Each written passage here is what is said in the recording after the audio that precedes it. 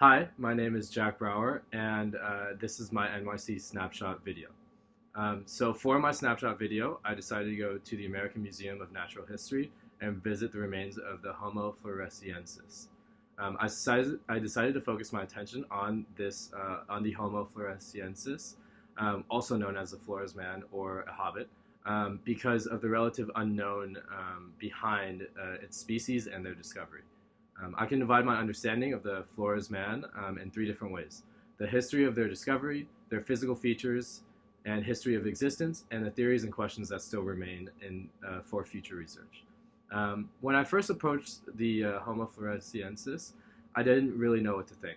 From reading the description, I learned that the Flores man was found in a cave in the island of Flores, Indonesia, by a joint team of Indonesian and Australian scientists. After further research, I found that they found a nearly complete female skeleton of the Homo floresiensis that lived from around 80,000 years ago.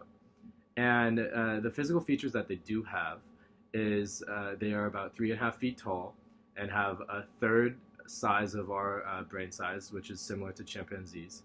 And because of their size, they're actually given the nickname of hobbits.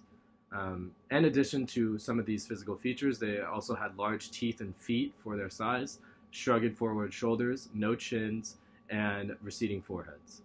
Now, even though they had small brains, they still had the capacity to make tools, hunt elephants, and there is some evidence of fires being used. So this gave scientists even more questions about the ancestry of this Homo floresiensis species. The mystery behind their discovery of this potential new species is still up to further debate. Some believe that this was not a new species and just a diseased species of Homo sapiens. Others believe that this was a completely new species of Homo, in fact, a sister species of Homo habilis. There are many theories to how they arrived on the island. The most interesting theory to me from my research was that the Homo floresiensis arrived on the island from Java after being washed out to sea by a tsunami, and then over time became smaller and smaller. This is known as island dwarfism. So in conclusion, the Homo floresiensis skull that I was able to see at the American Museum of Natural History is still up to debate, and it's still a mystery.